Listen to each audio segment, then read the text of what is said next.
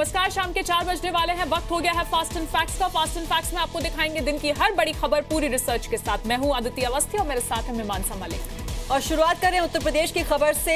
एटा से ये खबर है, एटा जिले में थाने में एक पुलिस वाले को थप्पड़ मारने का वीडियो सामने आया है। थप्पड़ मारने वाला समाजवादी पार्टी नेता का भतीजा है, जिसे अस्पताल के डॉक्टर से बदसलूकी के आरोप में पकड़ा गया। जब पुलिस उसे थाने लेकर आई तो उसने थाने के अंदर सब इंस्पेक्टर को थप्पड़ मार दिया। आरोपी ने पुलिस वाले को धमकी भी दी। तो देख रहे हैं आप ये तस्वीरें टेलीविजन स्क्रीन पर। ये समाजवादी पार्टी नेता का भतीजा है, जिसने पुलिसकर्मी के साथ वहां पर बदसलूकी की है, उसे थप्पड़ मारा। ये देखिए तस्वीरें। और थप्पड़ मारने वाला समाजवादी पार्टी नेता का भतीजा है, जिसे अस्पताल के डॉक्टर से बदसलूकी के आरोप में पकड़ा गया।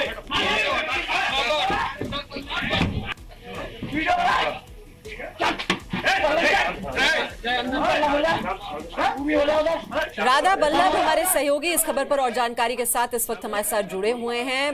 ये देख रहे हैं हम तस्वीरें, किस तरह से बदसलूकी की इसने पुलिसकर्मी के साथ और पहले डॉक्टर के साथ। क्या कोई एक्शन अभी तक लिया गया है? मीमांसा, मैं आपको बता दूं, जैसे ही ये स्वास्थ्य विभाग में जाकर के उसने शराब पिए हुए था मोहित यादव, ये सभापति विधान परिषद के सभापति हैं उत्तर प्रदेश के रमेश बाबू यादव, उनका भतीजा बताया जाता है और पूर्व विधायक एटा से सभा के पूर्व विधायक आशीष यादव का भाई है। और ये बहुत गुंडा किस्म का व्यक्ति है। इसने शराब पी करके पहले स्वास्थ्य कर्मियों को जाकर के मारपीट की गई। उसकी वही मौके पर आई पुलिस को भी इसने मारपीट की, एसएसआई के साथ में मारपीट की पुलिस के साथ में, और वहीं अभी तक इसकी गिरफ्तारी हो गई है। जी मीमांसा जी, तो अब पुलिस की गिरफ्त में है ये शख्स, वहीं पर है? इसको पुलिस ने गिरफ्तार कर लिया है। मौके कोतवाली में जैसे ही पुलिस इससे पूछताछ कर रही थी, वहीं उसके कोतवाली प्रभारी जितेंद्र सिंह ने भी इसमें तमाचा मारा और एक दबंगई का पर्चा देते हुए आज सत्ता चली गई, समाजवादी पार्टी की सरकार चली गई है, पर रसूख आदमी वही देखा जा रहा है। और आज इस तरीके से इस पुलिस पर हाथ उठा करके स्वास्थ्य कर्मियों को पिटाई करके ये साबित कर दिया कि समाजवादी पार्टी के आज भी गुंडे थमने का नाम ले रही है। और आपको बता दूं, विधान परिषद के सभापति रमेश बाबू यादव के भतीजे हैं ये मोहित यादव, बहुत दबंग किस्म के व्यक्ति है। पहले भी कई बार इन्होंने पुलिस की पिटाई भी की है। एसएसपी सत्यानंद पंकज ने कोई कार्रवाई अभी तक गिरफ्तार नहीं हो पाई है और 2 लोगों को गिरफ्तारी और हुई है इसमें। जी मीमांसा जी, और जिस नेता के रिश्तेदार हैं उनकी ओर से कोई रिएक्शन दिया गया है और समाजवादी पार्टी के प्रवक्ता की ओर से इस पूरी वारदात पर किसी तरह की कोई टिप्पणी? मीमांसा, अभी कोई भी समाजवादी पार्टी का नेता या विधान परिषद के सभापति कोई बोलने को इसमें सब बचते हुए नजर आ रहे हैं, क्योंकि मामला हाई प्रोफाइल मामला है और पुलिस ने भी जैसे ही आकर के तत्काल इसमें कार्रवाई करने का प्रयास किया। आप देख सकते हैं किस तरीके से जो गुंडई उस मोहित यादव की देखने को मिल रही है। पुलिस पर भी इस तरीके से तमाचा जड़ दिया और कहा जा सकता है कि इस वक्त उत्तर प्रदेश की योगी सरकार पर भी उसने एकदम तमाचा मारा है, जिसका अभी इस तरीके से ये देखने को मिल रहा है। जी मीमांसा जी बिल्कुल, तस्वीरों से साफ जाहिर हो रहा है कि सरकार भले ही चली गई हो, लेकिन जो सत्ता का नशा है, सत्ता का जो सुरूर है, वो दिखाने में जो विधायक हैं या विधायकों के रिश्तेदार हैं या नेता हैं, वो कभी पीछे नहीं रहते हैं। ये देखिए किस तरह से ये थप्पड़ मारा जा रहा है वहां पर पुलिसकर्मी को। तस्वीरें आपके सामने।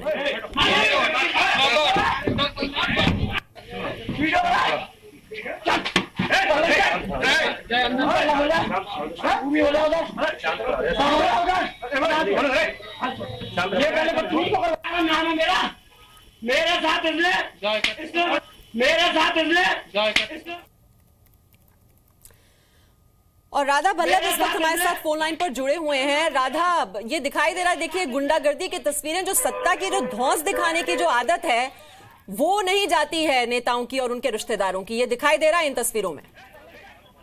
मीमांसा, मैं आपको बता दूं, उत्तर प्रदेश की समाजवादी सरकार आज भले ही चली गई है, पर उसका रसूख आज भी देखने को मिल रहा है।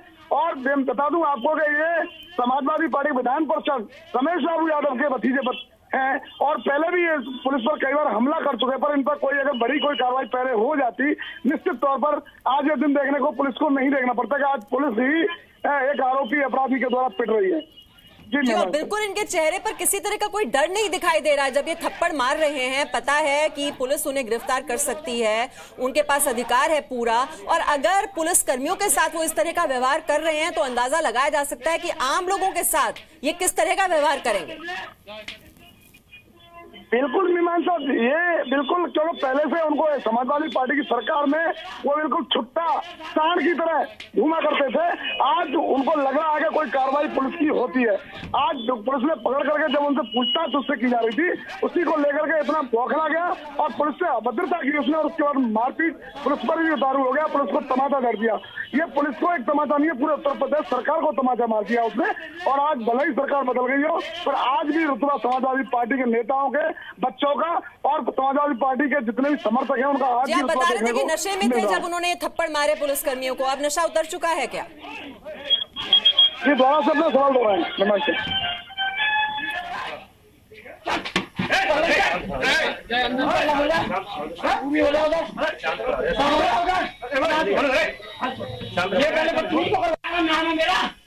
मेरे साथ इसलिए मेरे साथ इसलिए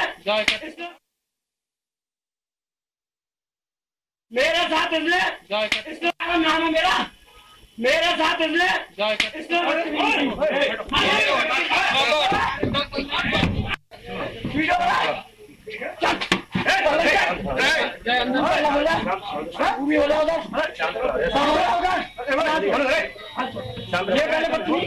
नाम है मेरा, मेरे साथ इसलिए मेरे साथ इसलिए। माननीय सभापति विधान परिषद रमेश यादव का भतीजा बताता है, इसने जाकर उनके साथ गुंडागर्दी करी है और ये कहा कि मैं फलां हूँ और मेरा ये परिचय है, मैं इनका भतीजा लगता हूँ। और उनके ये दो बदतमीजी करी, जिसके साथ 2 लोग और थे, उन्हें बदतमीजी करी। जब पुलिस उसको पकड़ने पहुंची, वहाँ भी इसने बदतमीजी करी। तथाकथित अपने आप को शराब के नशे में कहता है, हालांकि इसकी कोई मेडिकल फिलहाल हमारे पास नहीं है। इसको गिरफ्तार किया गया है और कठोरतम सजा दिलाई जाएगी, गैंगस्टर की कार्रवाई। तो देख रहे हैं आप ये तस्वीरें, गुंडागर्दी की तस्वीरें। एक बार फिर से हम बता दें आपको, ये एटा जिले की तस्वीरें आप देख रहे हैं। ये थाने की तस्वीरें जहां पर एक पुलिस वाले को थप्पड़ मारने का ये वीडियो सामने आया है। थप्पड़ मारने वाला समाजवादी पार्टी नेता का भतीजा है, जिसे अस्पताल के डॉक्टर से बदसलूकी के आरोप में दरअसल पकड़ा गया था। और जब पुलिस उसे थाने लेकर आई, ये तस्वीरें आपके सामने, किस तरह से उसने थाने के भीतर सब इंस्पेक्टर को थप्पड़ मार दिया और पुलिस वाले को धमकी दी। 2 पुलिस वालों के सामने किस तरह से उसने मारपीट की, थप्पड़ मारे बिना किसी डर के। और हमारे संवाददाता राधा बल्लभ इस वक्त हमारे साथ जुड़े हुए हैं और जो बता रहे हैं ये पूरा का पूरा घटनाक्रम किस तरह से वहां पर हुआ है। तो राधा, वही हम कह रहे हैं कि किसी तरह का कोई डर नहीं। और आप बता रहे हैं कि उस वक्त वो शराब के नशे में थे ये जब थप्पड़ मारे उन्होंने पुलिस कर्मियों को। अब जब वो पुलिस की हिरासत में हैं, अब ये नशा उनका क्या उतर गया है और किसी तरह का वो कह रहे हैं कि कुछ गलती मानने को स्वीकार कर भी रहे हैं या नहीं कर रहे हैं, कबूल कर रहे हैं? मेरे साथ इसलिए नाम है मेरा। लगता है राधा से हमारा संपर्क टूट गया है, लेकिन तस्वीरें यहाँ बयान कर रही हैं किस तरह से सत्ता चली गई, सरकार चली गई, लेकिन समाजवादी पार्टी के जो नेता हैं, उनके रिश्तेदार हैं, सत्ता की धौंस जमाने में पीछे नहीं है अभी भी। रुक करते हैं अगली खबर का। जम्मू कश्मीर के कुलगांव में शहीद लेफ्टिनेंट उमर फयाज को अब से थोड़ी देर पहले सैनिक सम्मान के साथ सुपुर्द खाक कर दिया गया। कश्मीर में पत्थरबाजों ने आज घिनौनेपन की सीमा लांघ दी। कुलगाम के सुरसुना गांव में जब सेना और पुलिस लेफ्टिनेंट उमर फयाज का पार्थिव शरीर लेकर पहुंची तो कुछ लोगों ने सेना पर पथराव कर दिया। पुलिस को लेफ्टिनेंट उमर फयाज का शव आज सुबह शोपिया के हरमेन इलाके में मिला था। उमर फयाज कल एक शादी में शामिल होने के लिए शोपिया गए हुए थे। 5 से 6 संदिग्धों ने उन्हें रात 10 बजे करीब वहां से अगवा कर लिया। सुबह लेफ्टिनेंट उमर फयाज का शव मिला। उनके गले और पेट में गोलियां मारी गई थी। शहीद उमर फयाज को पूरे सैनिक सम्मान के साथ सुपुर्द खाक किया गया। शादी पर आया था तो हमने सुना सुबह इसका खैर दे दिया। ये पता नहीं किसने क्या दिया किसने दिया, हमें कोई मालूम नहीं है, बस इतना खबर आया। किसी के साथ ना झगड़ा इसकी, ना कोई बड़ा शरीफ लड़का है। इनोसेंट हो, पुलिस का जवान हो, फौज का जवान हो, मिलिटेंट हो, ऐसा एक माहौल बनाना चाहिए कि कोई न मरे। इंसान इंसान है और इंसानी जो जाया होते, ये अच्छी बात नहीं है। सेना ने कहा कि आतंकियों को इस हरकत के लिए बख्शा नहीं जाएगा।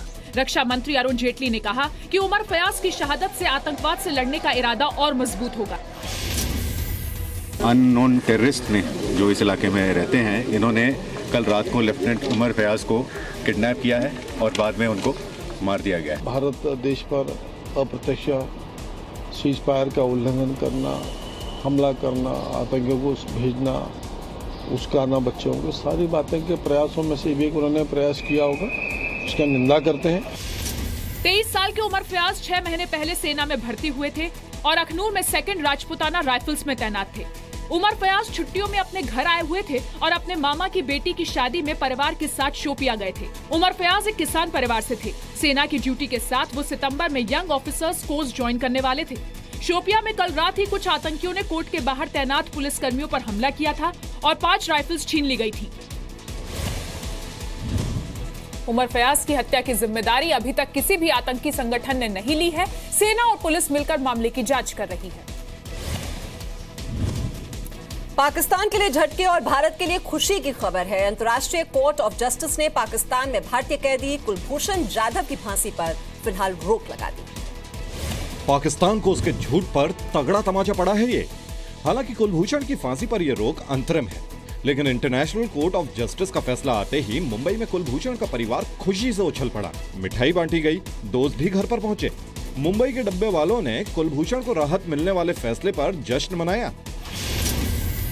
फांसी की सजा पर रोक लगा दी है, फांसी नहीं होगी। आप देख सकते हैं उनके घर के बाहर इस वक्त जो है सेलिब्रेशन हो रहा है, लोग एक दूसरे को मिठाई खिला रहे हैं। इंटरनेशनल लेवल पे उनकी फांसी को रोक लगा दी कोर्ट ने, वो भारत सरकार का ही यश है और तमाम भारतीय लोगों की जो दुआएं उनके साथ है, उसका ही फल मुझे निश्चित लग रहा है। अभी जल्दी से जल्दी एक भूषण जी की एक झलक हमें दिखला दे न्यूज़ पे कि वो है, पाकिस्तान ने कुछ किया नहीं है और आगे तो वो तो करेंगे ऑब्वियसली। जल्दी से जल्दी उनको भारत लेके आने के लिए अभी कुछ न कुछ तो करना चाहिए। जो मुहिम चलाई थी उसका फल कहीं न कहीं अब आता नजर आ रहा है। ये हमारी पहली जीत है, एक बड़ी उम्मीद बंधी है कि हम इसके आगे भी जीतेंगे और कुलभूषण जी जल्द से जल्द भारत लौटेंगे। कुलभूषण की मां को इंटरनेशनल कोर्ट के फैसले की जानकारी खुद विदेश मंत्री सुषमा स्वराज ने दी। सरकार ने कहा है कि वो कुलभूषण को छुड़ाने में ताकत झोंक देगी। देश के लिए एक प्रसन्नता की, एक गर्व की बात है कि जो हमारा स्टैंड था, जो हमारा दावा था कि ये सब पाकिस्तान की कोशिश है देश को बदनाम करने की, उसके ऊपर रोक लगी है। ये बहुत बड़ी सफलता मैं मानता हूँ और बहुत बड़ी हार है पाकिस्तान की। पाकिस्तान एक दुष्ट राष्ट्र, एक कपट नीति के साथ में भारत साथ में काम करता है। We have been informed by the International Court of Justice of the action that they have already initiated in this regard. Whether somebody in another country is saying something in this regard or not saying something in this regard, it's not for me to comment. Kulbhushan Jadhav पर international court of justice में अब 15 मई को सुनवाई हो सकती है। हालांकि मामले में अब भी पेच है। पाकिस्तान इंटरनेशनल कोर्ट के फैसले के खिलाफ यूएन सिक्योरिटी काउंसिल भी जा सकता है पाकिस्तान। कोलकाता की टीपू सुल्तान मस्जिद के इमाम मौलाना नूरुल रहमान बरकती ने केंद्र सरकार के कानून को न मानने की खुली धमकी दी। मौलाना बरकती ने केंद्र सरकार के फैसले के बावजूद अपनी गाड़ी से लाल बत्ती हटाने से साफ इनकार कर दिया।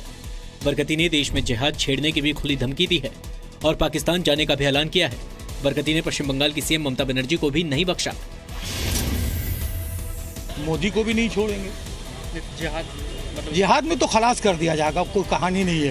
वो तो आप देख रहे हैं कि अफगानिस्तान में क्या हो रहा है और दुनिया में क्या हो रहा है। यहाँ किसी की लाल बत्ती बंद नहीं हुई और लाल बत्ती काहे बंद होगी? ये तो सेंटर का रूल है, सेंटर का रूल। गलत कानून को नहीं मानेंगे, सही कानून को मानते हैं। हम सब देख चुके हैं दुनिया में। अभी नया चोचला, जिसको बोलते हैं चोचला, ममता बनर्जी जवानी में सब खाई हैं। सबसे मुराद समझा, तुम्हारे टीवी पे बोल रहे हैं, झूठ जाट नहीं है। बीजेपी ने पश्चिम बंगाल सरकार पर बरकती को शह देने का आरोप लगाया। कांग्रेस और जेडीयू ने भी बरकती के बयान को नफरत फैलाने वाला करार दिया है। जिस तरीके की कानून व्यवस्था है, जिसकी सरगना जो है वो ममता बनर्जी जैसे लोग हों, तो ऐसी ही शब्दावली और ऐसे ही लोगों जो है पाए जाएंगे इमाम बरकती जैसे। जो घृणा का माहौल पैदा करते हों, जो टकराव का माहौल पैदा करते हों, वो किसी धर्म के शुभचिंतक नहीं हो सकते। ये उनका बेहुदा बयान है और संविधान की जो मानना है उसके विरुद्ध है। इससे पहले मौलाना बरकती ने अपने कुतर्क को साबित करने के लिए हर किसी न किसी का मजाक उड़ाते रहे हैं, उनमें शाहरुख खान भी शामिल है। यहाँ रुक रहे एक छोटे से ब्रेक के लिए, फौरन लौटेंगे कुछ और खबरें लेकर। आप देखते रहिए सीरीज।